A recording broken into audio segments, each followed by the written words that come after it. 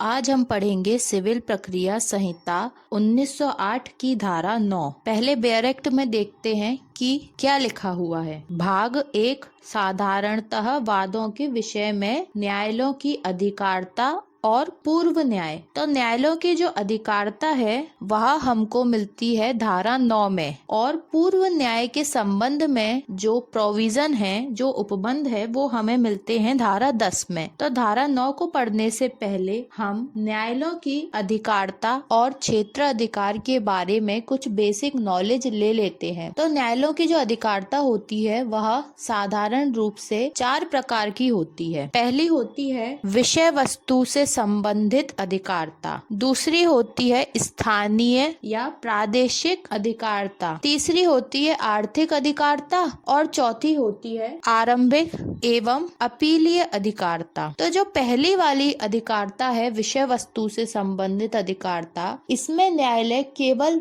वही मामलों की सुनवाई कर सकता है जिसकी विषय वस्तु उसके अधिकार के क्षेत्र में आती है। यानी कि इस विषय वस्तु से संबंधित मामलों को ये वाला न्यायालय सुनेगा। विषय वस्तु यानी कि जो मामले का टॉपिक है, मतलब जिस टॉपिक से मामला संबंधित है, जैसे कि विवाह से संबंधित जो मामले होते हैं, उत्तराधिकार से संबंधित जो मामले होते हैं, या संपत्ति से संबंधित कोई मामले होते हैं। तो यह एक तरीके से विषय वस्तु हो गई। अब इसी विषय वस्तु से संबंधित अगर कोई मामला न्यायालय में आता है तो न्यायालय को उस पर अधिकारिता प्राप्त है, तो न्यायालय वही विषय वस्तु के मामलों की सुनवाई करेगा। इसके बाद आती है स्थानीय या प्रादेशिक अधिकारिता, यानी कि एक स्थान विशेष के मामलों की ही न्यायालय सुनवाई करेगा। एक स्थान की सीमाओं के अंतर्गत रहते हुए ही न्यायालय उसमें आने वाले सभी मामलों की सुनवाई कर सकता है। तो ऐसी अधिकारिता को कहा जाता है स्थानीय या प्रादेशिक क्षेत्र अधिकार या स्थानीय या प्रादेशिक अधिकारिता। उसके बाद आता है आर्थिक क्षेत्र अधिकार, यानी कि आर्थिक रूप से अधिकारिता, मतलब कि कुछ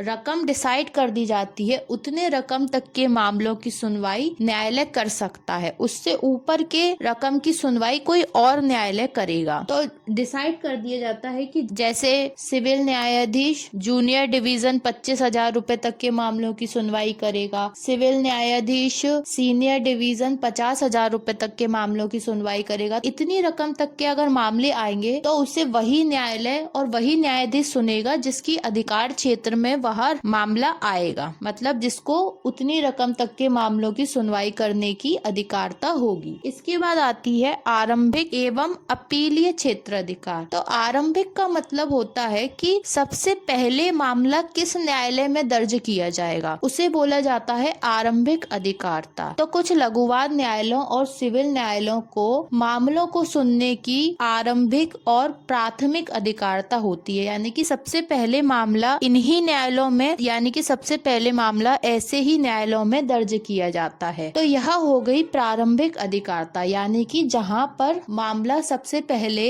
दाखिल किया जाता है और जहां पर न्यायालय को सबसे पहले मामले की सुनवाई करने का अधिकार होता है। अपीलीय अधिकारिता, तो यह अधिकारिता न्यायालय को किसी भी मामले की अपील सुनने की अधिकारिता देती है। यानी कि कोई भी केस का जब प्राथमिक रूप से अवधारण हो जाता है, विनिश्चय हो जाता है, निर्णय आ जाता है, तो दूसरी पार्टी यानी दूसरा पक्षकार अगर उस निर्णय से सहमत नहीं है तो वह ऊपर के किसी न्यायालय में उसकी अपील कर सकता है। तो यह होती है अपीलीय अधिकारिता, यानी कि कुछ न्यायालयों को अपील सुनने की अधिकारिता होती है और कुछ न्यायालयों को प्रारंभिक रूप से मामले को सुनने की अधिकारिता होती है। तो इस प्रकार हमने समझी न्यायालयों की अधिकारिता, क्षेत्र अधिकार। तो इस तरह से हमने न्यायालय के 4 तरह के क्षेत्र अधिकारों को समझा। अब हम धारा 9 को समझते हैं। तो बैरेक्ट के अनुसार धारा 9 जब तक कि वर्जित ना हो, न्यायालय सभी सिविल वादों का विचारण करेंगे। न्यायालयों को इसमें अंतर्विष्ट उपबंधों के अधीन रहते हुए उन वादों के सिवाय जिनका उनके द्वारा संज्ञान अभिव्यक्त या विवक्षित रूप से वर्जित है, सिविल प्रकृति के सभी वादों के विचारण की अधिकारिता होगी। तो पहले पहले इस पैराग्राफ को समझते हैं कि ये क्या कह रहा है। तो क्या लिखा हुआ है कि जब तक कि वर्जित ना हो, यानी कि जब तक कि मना नहीं किया गया है, न्यायालय सभी सिविल वादों का विचारण, इसका मतलब है कि न्यायालय सभी सिविल वादों को सुनेंगे। न्यायालयों को इसमें अंतर्विष्ट उपबंधों के अधीन रहते हुए, मतलब कि सिविल प्रक्रिया संहिता के अधीन रहते हुए, उन वादों के सिवाय, मतलब उन वादों के अलावा जिनका उसके द्वारा संज्ञान अभिव्यक्त या विवक्षित रूप से वर्जित है, मतलब अभिव्यक्त और विवक्षित रूप से, अभिव्यक्त यानी बोलकर और विवक्षित रूप से यानी कि छिपे हुए रूप में वर्जित है, मतलब कहीं कुछ बोला नहीं गया और छिपा हुए रूप में वह वर्जित है, मना किया गया है। सिविल प्रकृति के सभी वादों के विचारण की अधिकारता होगी। तो उन वादों को छोड़ दिया जाएगा, उन वादों के सिवाय जिनका न्यायालय के द्वारा संज्ञान लिया जाना अभिव्यक्त या विवक्षित रूप से मना किया गया है। उसके अलावा जितने भी मामले बचते हैं, उन सभी सिविल प्रकृति के मामलों की विचारण की अधिकारता सिविल न्यायालय को होगी। तो इस प्रकार धारा 9 से यह स्पष्ट होता है कि सिविल न्यायालय सभी सिविल प्रकृति के वादों का विचारण करेंगे। कोई सिविल न्यायालय किसी वाद का विचारण यानी कि ट्रायल, सुनवाई करेगा कि नहीं, इसका निर्धारण कैसे होता है, वो वाद की प्रकृति पर निर्भर करता है। यदि उसकी प्रकृति सिविल होती है तो न्यायालय ऐसे वाद का विचारण करेगा, और अगर सिविल नहीं होती तो विचारण नहीं करेगा। इस तरीके से हमें पता चलता है कि सभी दीवानी प्रकृति के, सभी सिविल प्रकृति के, सिविल को दीवानी भी कहा जाता है, तो सभी दीवानी प्रकृति के, सभी सिविल प्रकृति के जो वाद होते हैं वह सिविल न्यायालय के द्वारा सुने जाते हैं। यह सिविल न्यायालय की अंतर्निहित शक्ति होती है, यानी कि इंटरिम पावर होती है। लेकिन इसमें एक महत्वपूर्ण पॉइंट ये आया था कि सिविल न्यायालय उन वादों की सुनवाई नहीं कर सकता या उन वादों का विचारण नहीं कर सकता जिनका संज्ञान अभिव्यक्त या विवक्षित रूप से वर्जित है। अब इसका क्या मतलब हुआ? अभिव्यक्त रूप से वर्जित यानी कि मना होने का तात्पर्य यह है कि किसी अधिनियम या किसी कानून के द्वारा अभिव्यक्त रूप से, मतलब किसी अधिनियम या किसी कानून में ये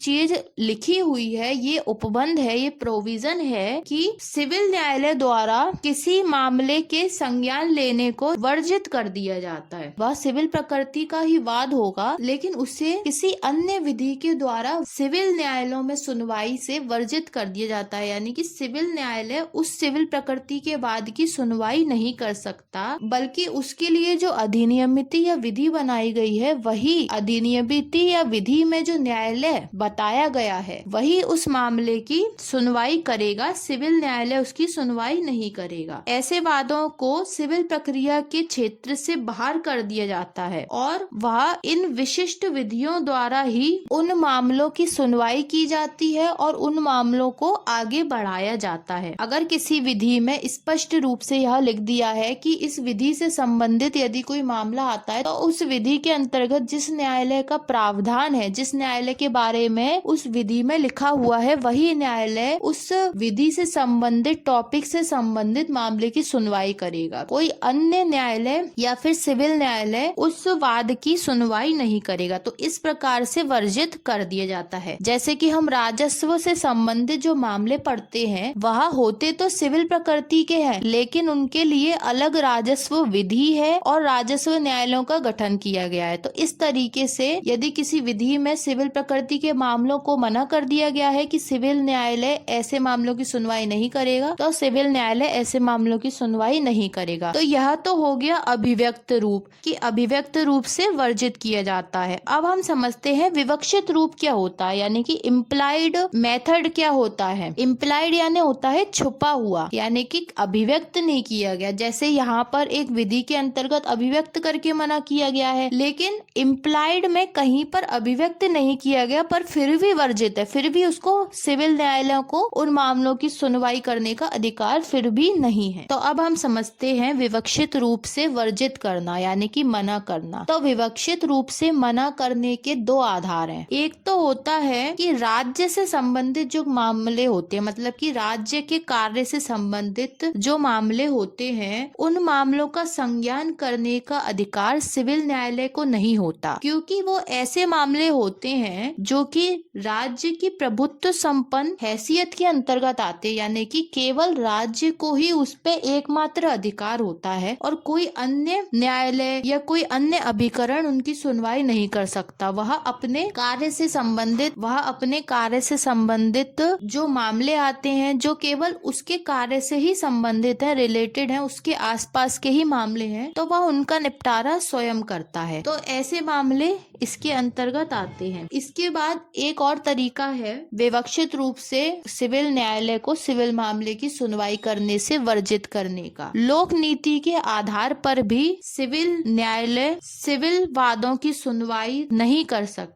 मतलब कि सिविल न्यायालयों को ऐसे वादों की सुनवाई करने से मना किया गया है। मान लीजिए एक अवैध संविदा यानी कि एक इलीगल कॉन्ट्रैक्ट हुआ है, जिसका भंग हो गया, यानी कि वो संविदा क्या हो गई, भंग हो गई, टूट गई। अब उसकी क्षतिपूर्ति के लिए व्यक्ति वाद लाना चाहता है न्यायालय में, लेकिन उसको वाद लाने से रोक दिया जाएगा, उसको वाद लाने से मना कर दिया जाएगा। क्यों कर दिया जाएगा? क्योंकि यह लोक नीति के विरुद्ध है। लोक नीति के आधार पे उसको वर्जित कर दिया जाएगा, क्योंकि उसे जब वह संविदा कर रहा था, वह व्यक्ति, तब उसे ये पता था कि मैं जो संविदा कर रहा हूँ वो संविदा कैसी है, अवैध संविदा है। तो ऐसी संविदा का यदि भंग हो जाता है और वह व्यक्ति, उस भंग के कारण उस व्यक्ति को कुछ नुकसान होता है, तो वह व्यक्ति क्षतिपूर्ति के लिए यदि सिविल न्यायालय में वाद लाना चाहता है, क्योंकि संविदा यानी कॉन्ट्रैक्ट से संबंधित जो मामला होता है वह सिविल मामला होता है। तो वह सिविल न्यायालय में यदि वाद लाना चाहता है तो उसे सिविल न्यायालय में सिविल वाद लाने से वर्जित किया गया। तो इस तरीके से हमने समझा कि अभिव्यक्ति या विवक्षित रूप से मामले किस तरीके से वर्जित कर दिए जाते हैं। एक इम्पोर्टेंट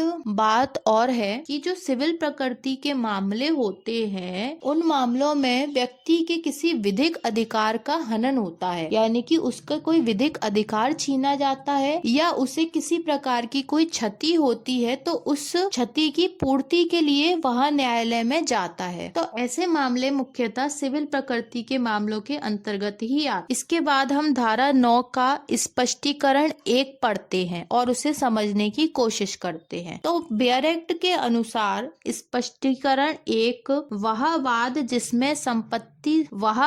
जिसमें संपत्ति संबंधी या पद संबंधी अधिकार प्रतिवादित हैं, इस बात के होते हुए भी कि ऐसा अधिकार धार्मिक कृत्यों या कर्मों संबंधी प्रश्नों के विनिश्चय पर पूर्ण रूप से अवलंबित है, सिविल प्रकृति का वाद है। तो स्पष्टीकरण 1 यह बोल रहा है कि वह वाद जिसमें संपत्ति संबंधी, मतलब कि संपत्ति से संबंधित या फिर पद से संबंधित, मतलब संपत्ति से संबंधित अधिकार या फिर पद से संबंधित अधिकार प्रतिवादित है, यानी कि उन पे प्रतिवाद है, उन पे विवाद है। इस बात के होते हुए भी, मतलब इस बात के होते हुए भी, कौन सी बात के होते हुए भी, कि ऐसा अधिकार धार्मिक कृत्यों या कर्मों संबंधी प्रश्नों के, मतलब कि धार्मिक कृत्यों यानी कि धर्म से संबंधित जो कार्य होते हैं, उनसे संबंधित जो प्रश्न निकलते हैं, जो क्वेश्चन निकलते हैं, उनके विनिश्चय यानी कि उनके जो डिसीजन, निर्णय होते हैं, उन पे पूर्ण रूप से यानी कि पूरी तरीके से अवलंबित है। इसका मतलब है निर्भर है, सिविल प्रकृति का वाद है। तो ऐसा वाद सिविल प्रकृति का वाद माना जाता है। तो इस स्पष्टीकरण का मतलब है कि ऐसा वाद सिविल प्रकृति का वाद माना जाता है जिसमें संपत्ति संबंधित अधिकार या पद संबंधित अधिकार प्रतिवादित है, यानी उनके ऊपर विवाद है। भले ही वो धार्मिक कृत्यों या कर्मों से संबंधित जो प्रश्न होते हैं, उन प्रश्नों के विनिश्चय, उन प्रश्नों के निर्णय पे, डिसीजन पे पूर्ण रूप से निर्भर है। मतलब कि उनमें जो डिसीजन आएगा, उनमें जो निर्णय आएगा, वो धार्मिक कर्म या कृत्यों से संबंधित आएगा। मतलब वो धार्मिक कृत्यों या कर्मों से पूरी तरीके से संबंधित है, लेकिन उसमें जो अधिकार की मांग की जा रही है वो संपत्ति संबंधी है और पद संबंधी है। भले ही वह धार्मिक कृत्य से संबंधित पद हो, धार्मिक कृत्य से संबंधित संपत्ति हो, लेकिन इसमें मांग किसकी की जा रही है? संपत्ति संबंधी और पद संबंधी, भले ही वह किसी भी तरीके से धार्मिक कृत्य से जुड़े हुए हैं। धार्मिक कृत्य से जुड़े हुए हैं, धार्मिक कृत्य पर निर्भर हैं, पर फिर भी वह सिविल प्रकृति के वाद ही माने जाएंगे, क्योंकि इसमें धार्मिक कृत्य या कर्मों को ज्यादा महत्व नहीं दिया जा रहा। मतलब धार्मिक धार्मिक कृत्य या कर्मों से संबंधित जो वाद होते हैं वह मुख्यतः सिविल प्रकृति के वाद नहीं माने जाते, क्योंकि उसमें मुख्य प्रश्न जातिगत या धर्मगत होता है। लेकिन इसमें धर्म से संबंधित प्रश्न तो है, लेकिन वो सेकेंडरी है, यानी कि उसको न्यायालय एक सहायक रूप से उपयोग कर सकता है, वो मुख्य रूप में नहीं है। मुख्य रूप में है पद संबंधी और संपत्ति संबंधी, यानी कि धार्मिक कार्य से संबंधित कोई पद है तो उससे संबंधित है, या धार्मिक कार्य संबंधित जो संपत्ति है तो उससे संबंधित है, यानी संपत्ति संबंधित है, पद संबंधित है, भले ही वह धार्मिक कार्य से संबंधित है। तो धार्मिक कार्य से संबंधित जो भी वाद होते हैं वह सिविल प्रकृति के वाद नहीं माने जाते। लेकिन अगर किसी वाद में धार्मिक कृत्य सहायक के रूप में है और मुख्य प्रश्न पद संबंधी और संपत्ति संबंधी है तो ऐसे वाद को सिविल प्रकृति का वाद माना जा सकता है। इसके बाद आता है स्पष्टीकरण 2। तो पहले बेयर एक्ट में पढ़ते हैं, उसके बाद इसको समझने की कोशिश करेंगे। एक बात और पता होनी चाहिए कि स्पष्टीकरण 2 जो है वह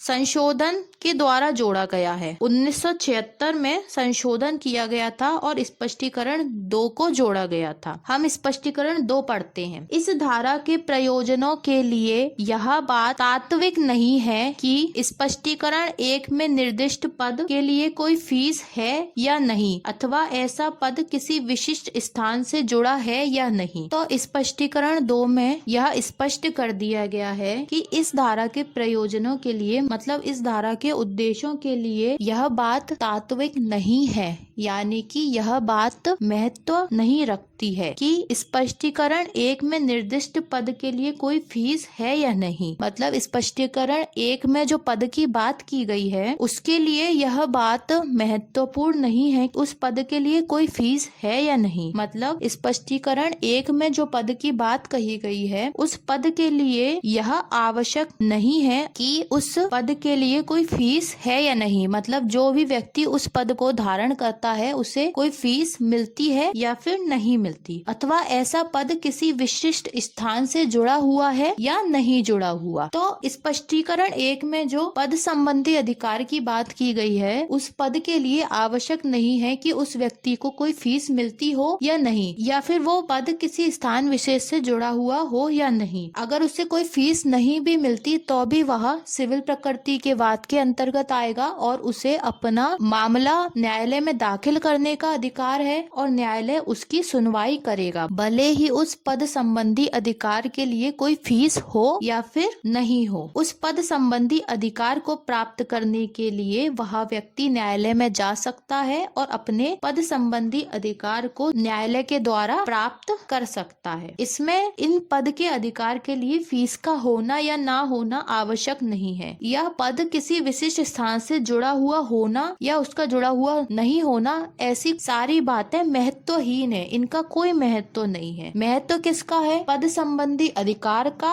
और संपत्ति संबंधी अधिकार का। अगर इनसे संबंधित कोई वाद आता है तो व्यक्ति बिना किसी रुकावट के न्यायालय में जा सकता है और अपने अधिकार की न्यायालय से मांग कर सकता है, क्योंकि यह अधिकार उसका सिविल अधिकार माना जाता है और व्यक्ति अपने सिविल अधिकार की मांग न्यायालय से कर सकता है। अब हम कुछ ऐसे मामले देख लेते हैं जो सिविल प्रकृति के होते हैं, जैसे पद संबंधी मामले, संपत्ति संबंधी मामले, जाति की संपत्ति एवं लेखे संबंधी मामले, पूजा का अधिकार, मृतक को दफनाने का अधिकार, मत देने का अधिकार, संविदा के अंतर्गत जो अधिकार होते हैं उनका प्रवर्तन करवाना, उनको लागू करवाने से संबंधित अधिकार, संविदा भंग से संबंधित जो मामले होते हैं, विशिष्ट अनुतोष अधिनियम के अंतर्गत जो मामले आते हैं, मछली पकड़ने का अधिकार, मंदिर या अन्य धार्मिक संपत्ति के संबंध में जो वाद हो, धार्मिक या अन्य जुलूस से संबंधित जो वाद होते हैं, जाति के निष्कासन से संबंधित जो वाद होते हैं, विवाह विच्छेद से संबंधित जो वाद होते हैं आदि, इसी तरीके के वाद सिविल प्रकृति के वाद माने जाते हैं।